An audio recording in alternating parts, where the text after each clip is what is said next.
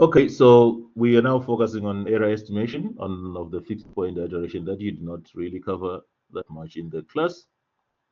But what we know from class is if g of x is continuously differentiable for all x inside interval of definition, then we can find.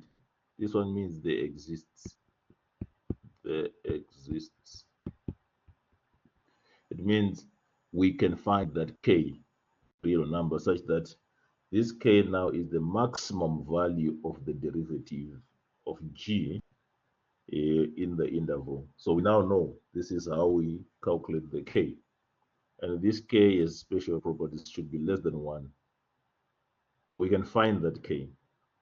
But further now, uh, if that is the case, then it follows that uh,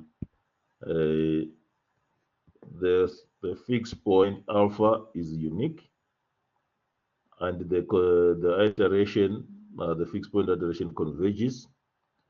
But most importantly, we have an estimate of the error. This is the error estimate. In other words, we have a bound of the error. And this error bound depends on the k and x naught which is given, and the first iteration x1 that you can generate from the fixed point iteration given the specific function. So we want to prove this error estimate. So how do we do it? Uh, so here is how you start. You now,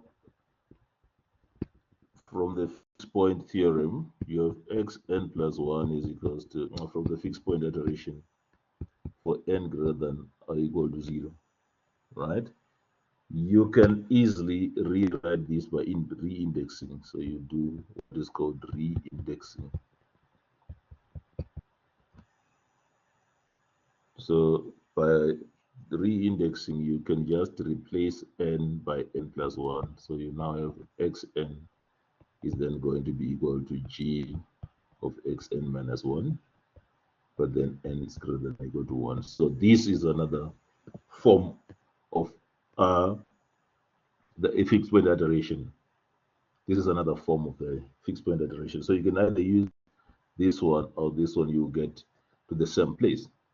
Why am I going to this one?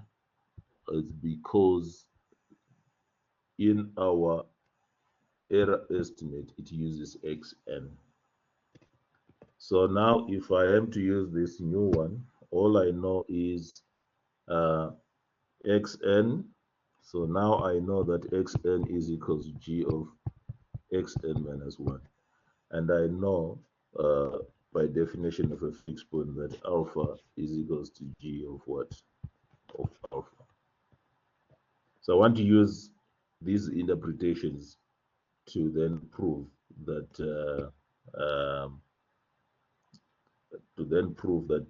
assertion, that error estimate. So now alpha minus g minus xn will then be equal to now wherever there is alpha, I replace alpha by g of alpha. Wherever there is n, I replace a xn by g of xn minus 1. Right? So it's just using the definitions here. I can easily say using definitions,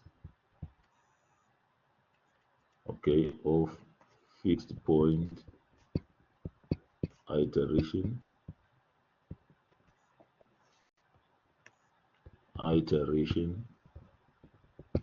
and fixed point definition. There's nothing that I did here. Now you also know from the mean value theorem that g of alpha minus g of xn over alpha minus xn will be equal to some sub xin, where xin is an element of alpha and xn. Okay, so here is what this is g, not g prime. So now if we take the maximum over all x in the interval ab of g prime of xin, then this maximum is equal to k. That's what we are saying. But then what happens with this maximum? So basically it says g prime of xn is not a maximum. But if we use k, we will then have now g of alpha minus g of xn over alpha minus xn is then less than or equal to k. Because in general, g prime of xin is not maximum. But if I use the maximum of all of them, then this equation, which was an equation, is now an inequality. We now have less than or equal to xn. So what it means is if I then put some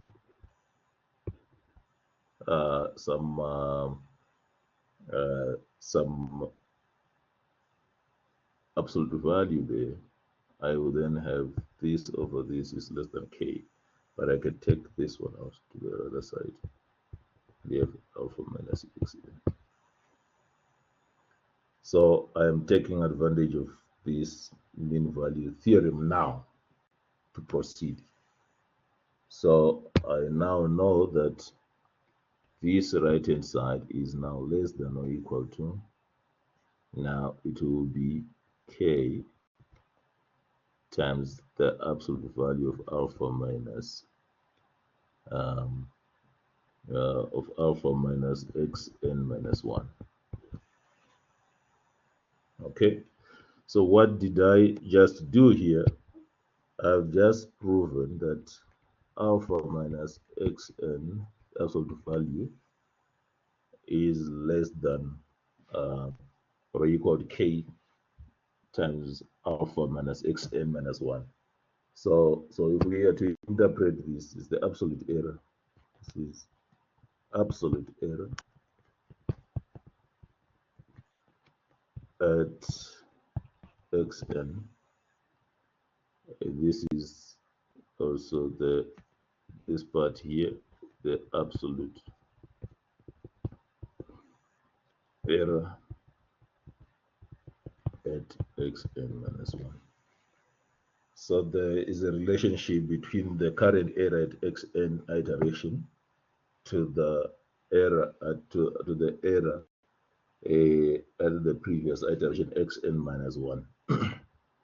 But we can do the same with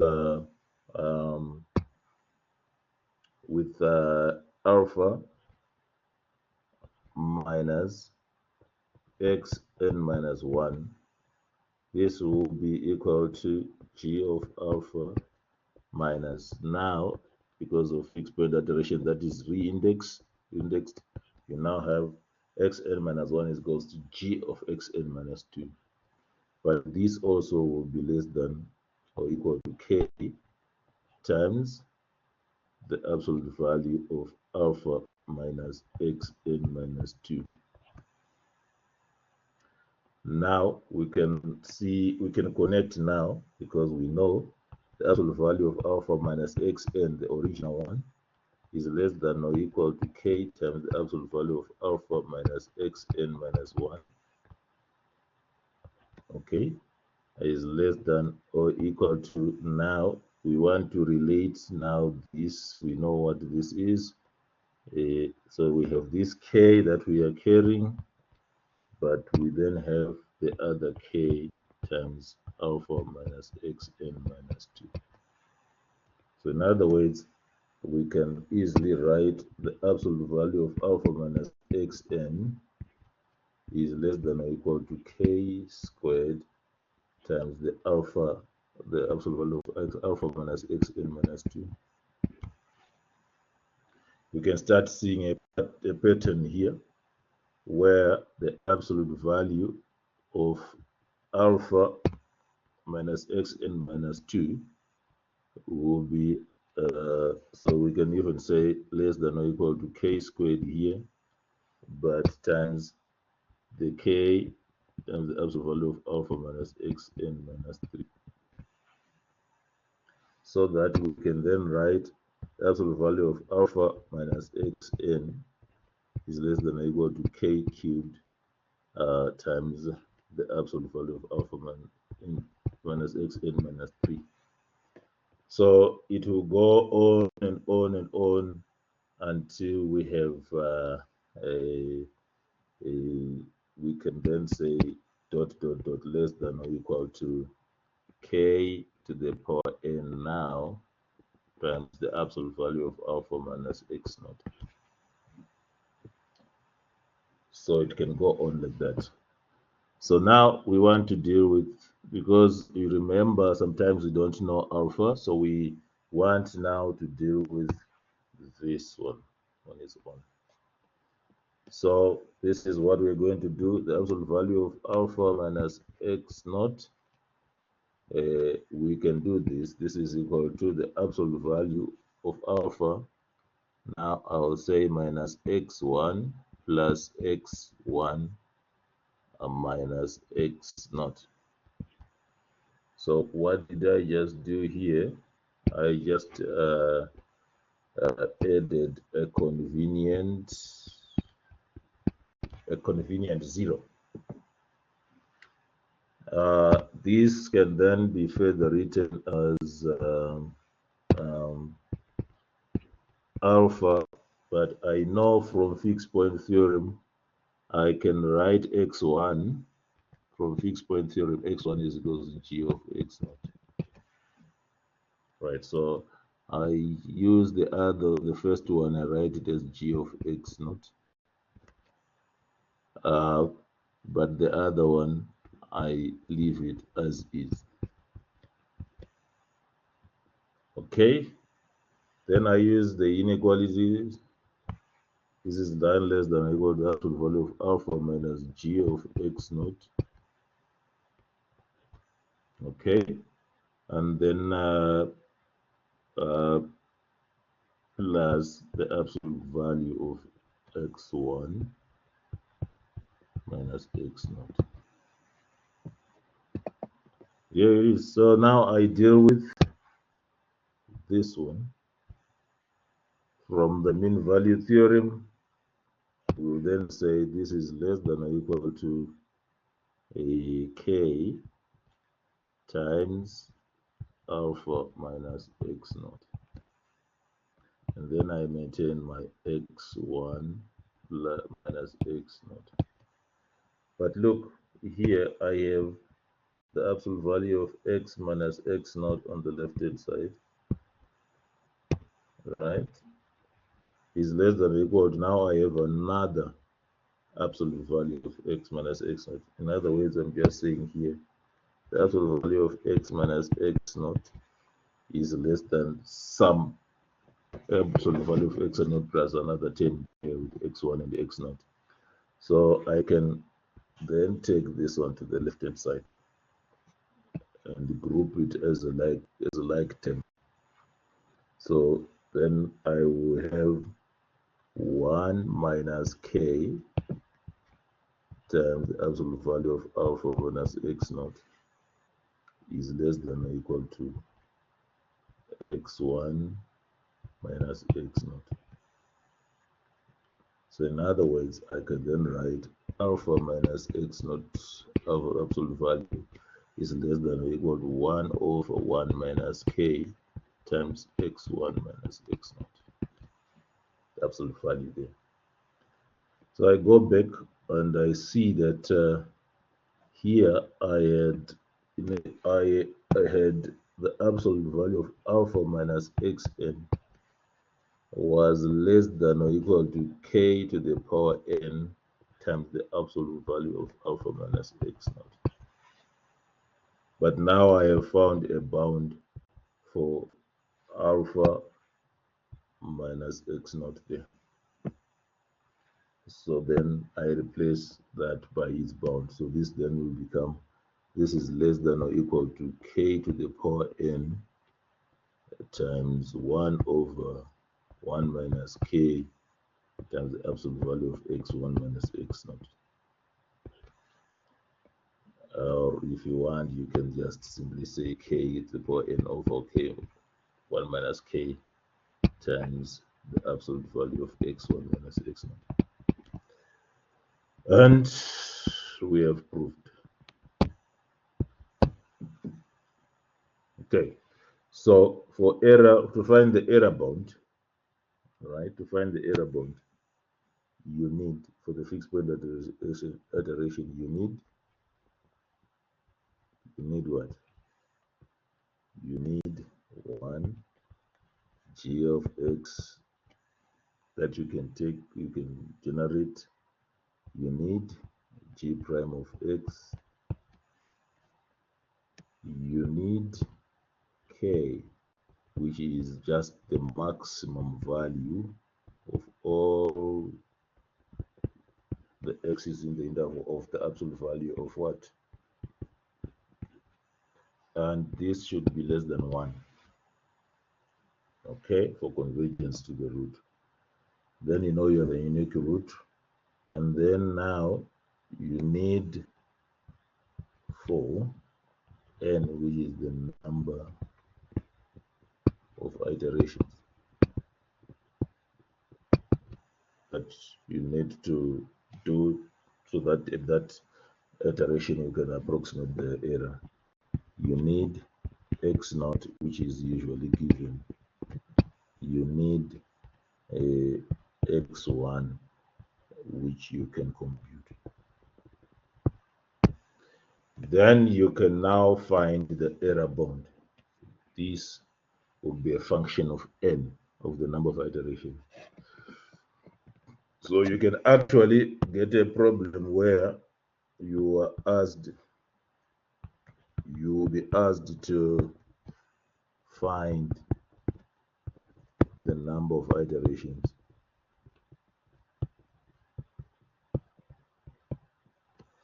needed to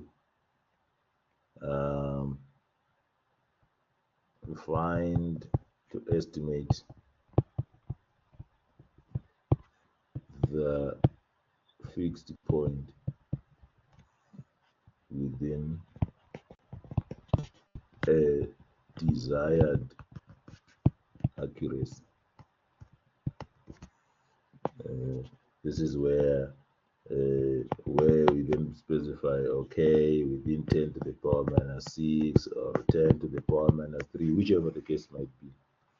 But you can also be asked to what? To estimate the error bound after computing